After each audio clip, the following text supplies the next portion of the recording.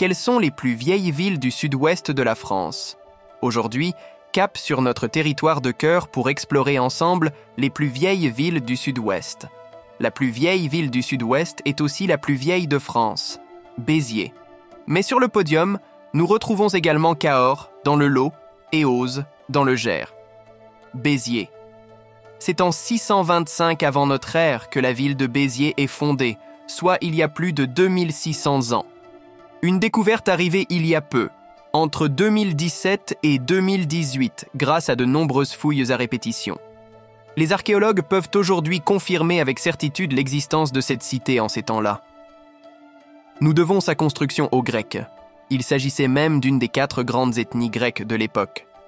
Le territoire était alors un lieu très prospère pour les échanges commerciaux, où céramiques et poteries constituaient une ressource importante. Et ce sont tout particulièrement ses collines, tout comme sa proximité avec le fleuve Orbe, qui lui offrait à l'époque une position idéale pour devenir cité d'envergure. Cahors. Cahors, ou de son doux nom romain Divona Cadurcorum, ne date pas d'hier. En effet, la ville a été fondée à la fin du 1er siècle avant J.C., sous le règne de l'empereur Auguste. Pourquoi l'appelle-t-on Divona Cadurcorum? Eh bien, car la ville, notamment célèbre pour ses thermes et son amphithéâtre, s'est installée à l'intérieur d'un méandre du Lot, près d'une source dédiée à la déesse Divona. C'est donc un hommage à cette source sacrée vénérée bien avant la conquête romaine. Le terme Cadurcorum fait référence aux Cadurques, le peuple gaulois installé dans la région.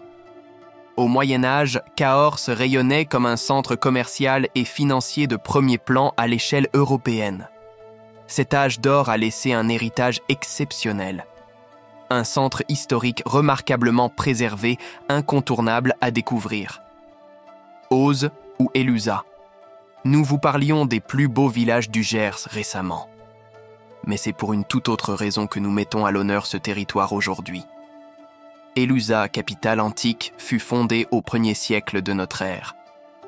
Aujourd'hui, cette ancienne cité gallo-romaine constitue un site archéologique unique, la villa de Séviac, la Domus de Ciotat et le musée archéologique du trésor d'Eauze. Élusa fut un centre administratif et commercial prospère à l'époque gallo-romaine. Le Gers a plus d'une vieille ville dans son sac. En effet, Montréal du Gers, première bastide de Gascogne, voit le jour en 1255. Au passage, le village est classé parmi les plus beaux villages de France. Saint-Émilion. On le connaît surtout pour son vin plus que reconnu, mais ce village médiéval n'est pas tout jeune. En effet, Saint-Émilion trouve ses origines au 8e siècle avec l'arrivée d'un moine breton nommé Émilion, qui choisit de s'installer dans une grotte pour y vivre en ermite. Cependant, le site était occupé bien avant. Les premières traces de la présence humaine dans la région remontent au moins au Paléolithique supérieur, entre 35 000 et 10 000 AV, JAC. Les origines du vignoble de Saint-Émilion remontent donc à la préhistoire. Pimbaut et Hastingues dans les Landes. Pimbaut, la plus vieille bastide des Landes, fut fondée en 1268, bien que la date de 777 soit également évoquée.